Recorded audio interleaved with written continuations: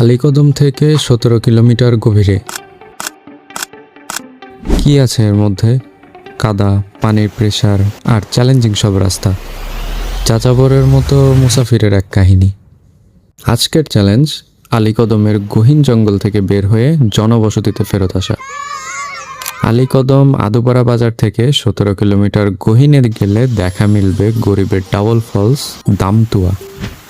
যাওয়াটা চ্যালেঞ্জিং না হলেও জঙ্গল থেকে ফেরত আসাটা ছিল বেশ কঠিন।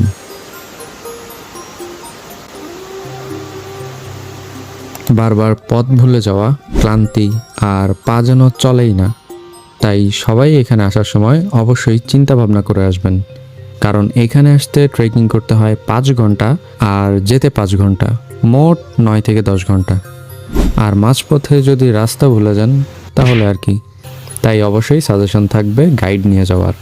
এখানে আসার ফুল গাইডলাইন চাইলে পিন কমেন্ট চেক করতে পারেন, একটা ফুল ট্রাভেল ব্লগ পেয়ে যাবেন।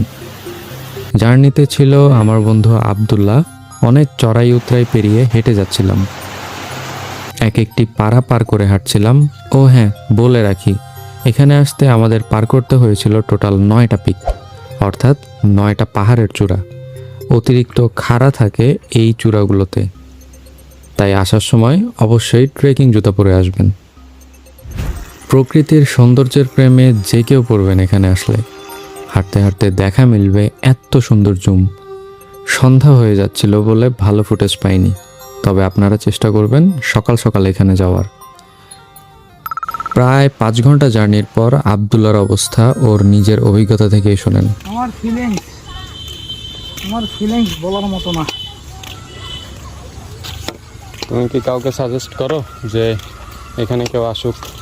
হ্যাঁ, আমি সাজেস্ট করব এখানে আসুক, কারণ আল্লাহ তাআলার অপরূপ সৃষ্টি একবার দেখে যাওয়া উচিত। তাই বলে এত কষ্ট করে? যতই কষ্ট হোক একবার দেখা উচিত। এরপর ক্লান্ত শরীর নিয়ে আমরা চলে আসলাম বান্দরবনের সেই ফটো পয়েন্টে, যেখানে অনেক সুন্দর সুন্দর ল্যান্ডস্কেপ পাওয়া যায়। শরীরের শক্তি আর মনোবল থাকলে একদিনেই ট্যুর দিতে পারেন দামতুয়া ঝর্ণায়।